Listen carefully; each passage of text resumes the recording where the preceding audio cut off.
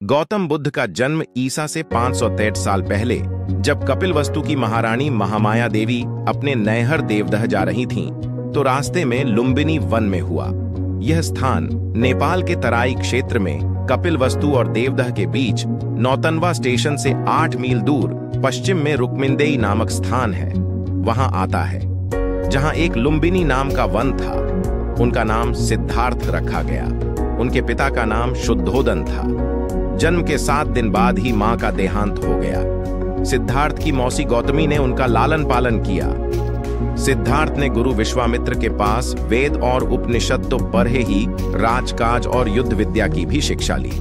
कुश्ती, गुड्ड, दौड़, तीर कमान, रथ हाँकने में कोई उसकी बराबरी नहीं कर पाता। सिद्धार्थ के मन में बचपन से ही करुणा भरी थी। उनसे किसी भी प्राणी का दुख नहीं देखा जाता था। यह बात इन उदाहरणों से स्पष्ट भी होती है। गुड्ड दौड्डा में जब घोद्धे दौड़ते और उनके मुंह से झाग निकलने लगता, तब सिद्धार्थ उन्हें थका जानकर वहीं रोक देते और जीती हुई बाजी हार जाते थे।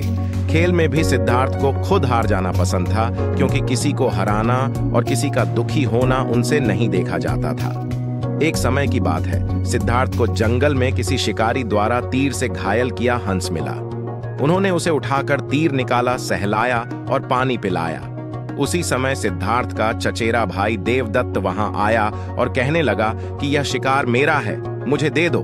सिद्धार्थ ने हंस देने से मना कर दिया और कहा कि तुम तो इस हंस को मार रहे थे, मैंने इसे बचाया है।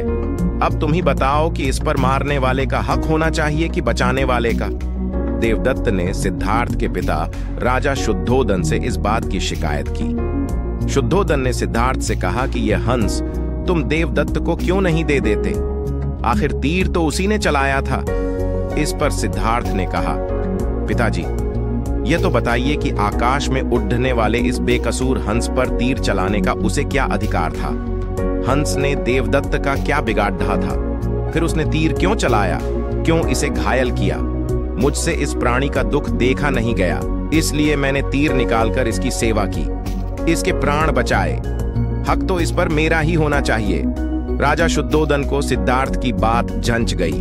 उन्होंने कहा कि ठीक है, तुम्हारा कहना, मारने वाले से बचाने वाला ही बढ़ा है, इस पर तुम्हारा ही हक है। शाक्य वंश में जन्मे सिद्धार्थ का 16 वर्ष की उम्र में दंडपाणी शाक्य की कन्या यशोधरा के साथ हुआ। राजा शुद्धोदन ने सिद्धार्थ के लिए भोग विलास का भरपूर प्रबंध कर दिया। 3 आरतुओं के लायक 3 सुंदर महल बनवा दिए। वहां पर नाच गान और मनोरंजन की सारी सामग्री जुटा दी गई। दास दासी उनकी सेवा में रख दिए गए। पर यह सब चीजें सिद्धार्थ को संसार से बांध कर नहीं रख सकीं।